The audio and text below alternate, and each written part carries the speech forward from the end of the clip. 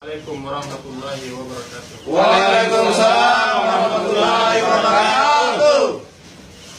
Bapak-bapak sekalian, sebelum kita melaksanakan taklim, kita harus pahami dan tahu betul bagaimana adab-adab taklim wa ta'lum.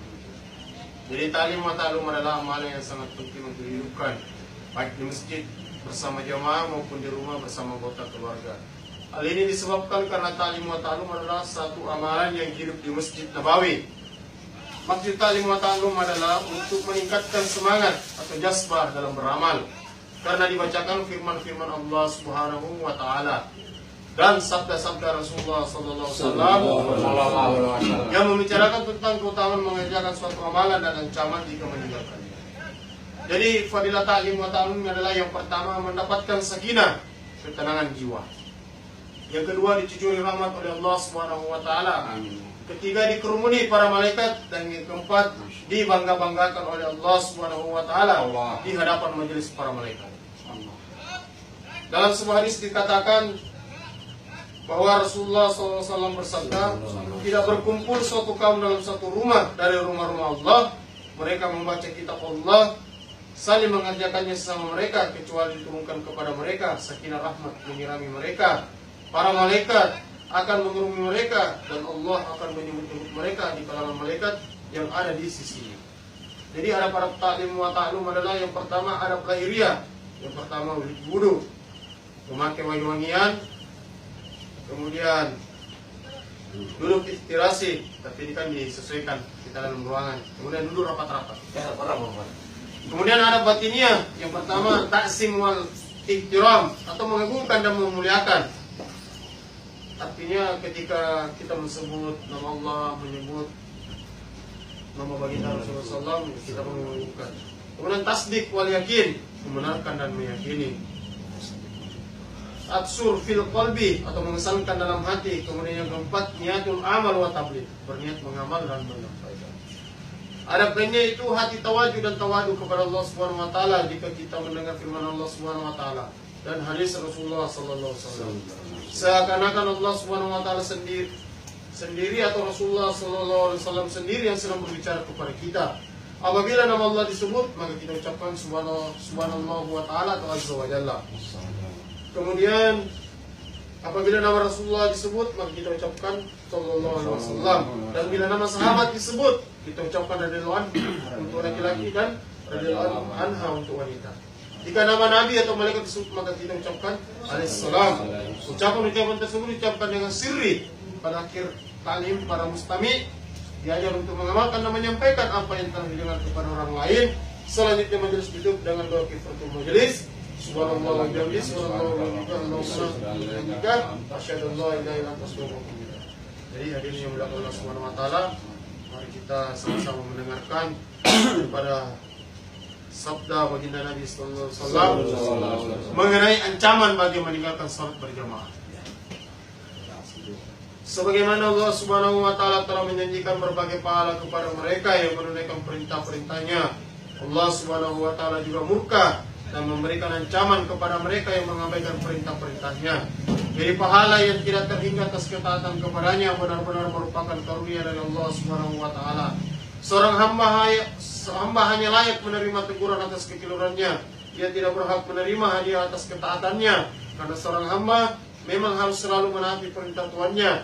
Jika seorang hamba dihukum karena melanggar aturan dari Tuannya, sebesar apapun hukuman yang ditimpakan kepadanya, hal itu sudah pada tempatnya. Sebab adakah kesalahan yang lebih besar bagi seorang hamba melebihi mengingkari perintah Tuannya? Tidak seharusnya ada peringatan dan teguran secara khusus terlebih dahulu sebelum datangnya hukuman. Namun karena kasih sayang Allah Subhanahu wa taala dan Rasulnya kepada kita, Allah Subhanahu wa taala dan Rasulnya dengan bermacam-macam cara telah memberikan berbagai peringatan tentang kerugian yang akan menimpa kita jika kita mengabaikan perintah-perintahnya. Seandainya kita tidak mau mengambil pelajaran, maka kitalah yang merugi. Hadis pertama dari Sayyidina Ibnu Abbas radhiyallahu anhu, yang mengatakan bahwa baginda Rasulullah sallallahu alaihi wasallam bersabda, barang siapa mendengar azan dan tidak memenuhinya tanpa ada uzur, maka sholat yang dikerjakannya tidak akan diterima.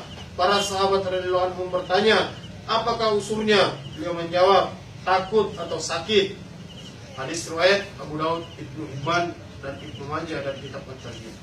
Sekali lagi dari Sayyidina Ibnu Abbas radhiyallahu anhu, dia mengatakan bahwa baginda Rasulullah sallallahu alaihi wasallam bersabda, barang siapa mendengar azan dan tidak memenuhinya tanpa ada uzur, maka solat yang dikerjakannya tidak akan diterima.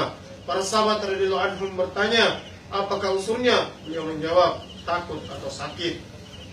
Faedah, maksud tidak akan diterima solatnya ialah ia tidak mendapat pahala dan anugerah dari solatnya, meskipun kewajibannya telah tertunaikan. Inilah makna hadis-hadis yang lafaznya la salata, yang artinya tidak ada solat.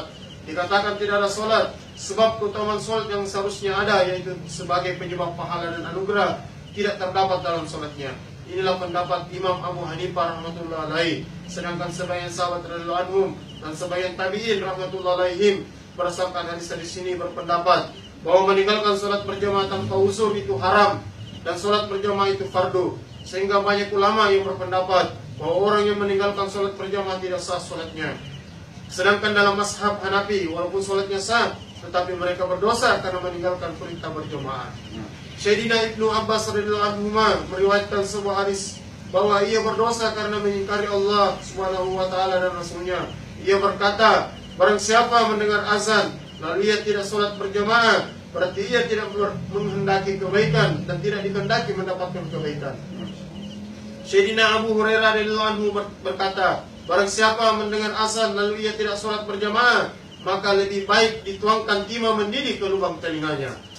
Ancaman bagi yang tidak berjamaah selepas mendengarkan azan. Hadis kedua dari Sayyidina Mu'az bin Anas radhiyallahu anhu, baginda Rasulullah sallallahu alaihi wasallam bersabda, benar-benar keras kepala, kufur dan nifak orang yang mendengar seruan muadzin untuk solat tetapi ia tidak memenuhinya.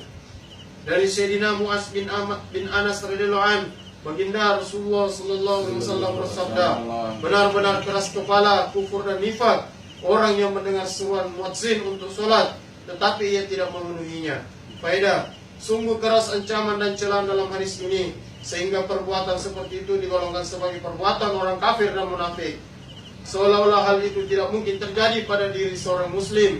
Dinyatakan dalam hadis yang lain, cukuplah keburukan dan kerugian seseorang jika ia mendengar azan tetapi tidak memenuhinya.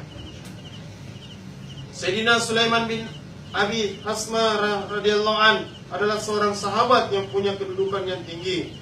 Ia lahir pada zaman baginda Rasulullah sallallahu alaihi wasallam. Karena masih kecil ia belum dapat meriwayatkan hadis-hadis yang didengarnya dari baginda Rasulullah sallallahu alaihi wasallam. Pada zaman Khalifah Sayyidina Umar radhiyallahu an, dia ditugaskan untuk mengawasi pasar. Suatu hari Sayyidina Umar radhiyallahu an tidak menjumpainya dalam sholat jamaah subuh. Lalu Sayyidina Umar radhiyallahu an pergi ke rumahnya dan bertanya pada ibunya, mengapa Sulaiman tidak datang sholat subuh berjamaah hari ini? Ibunya menjawab, dia sholat sunnah semalam suntuk, kemudian dia sholat subuh di rumah. Karena mengantuk, dia terus tidur. Sayyidina Umar radhiyallahu anhu berkata, aku lebih menyukai sholat subuh berjamaah daripada sholat sunnah semalam suntuk.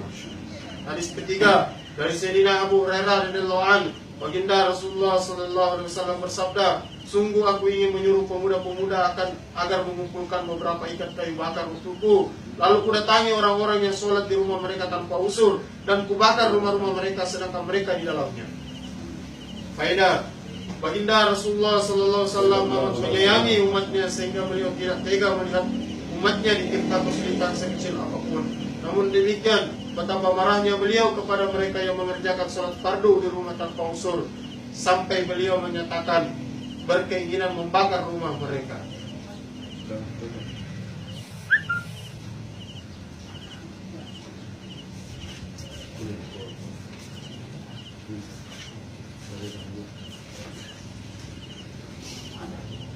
Hadis pertama mengenai menegaskan pentingnya amar ma'ruf nahi munkar. Satu hadis, Pak.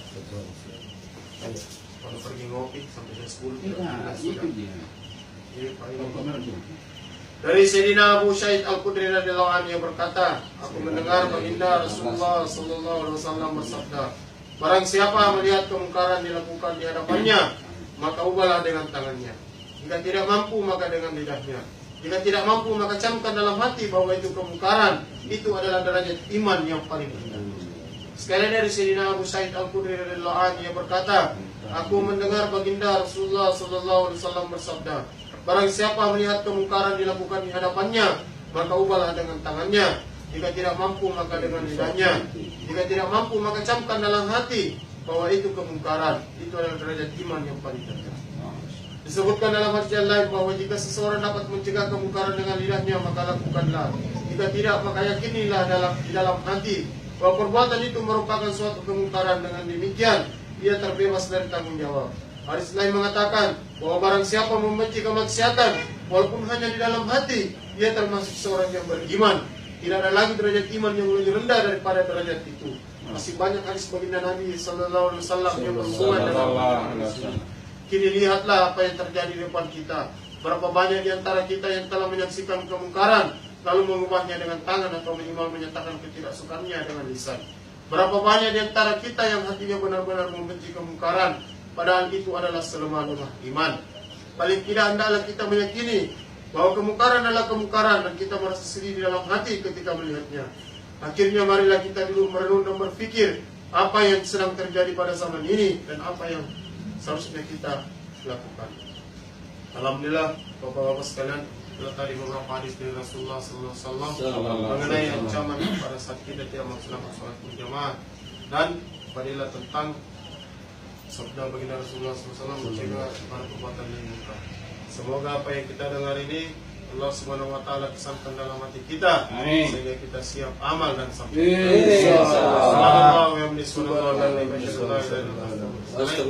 Assalamualaikum warahmatullahi wabarakatuh. Waalaikumsalam.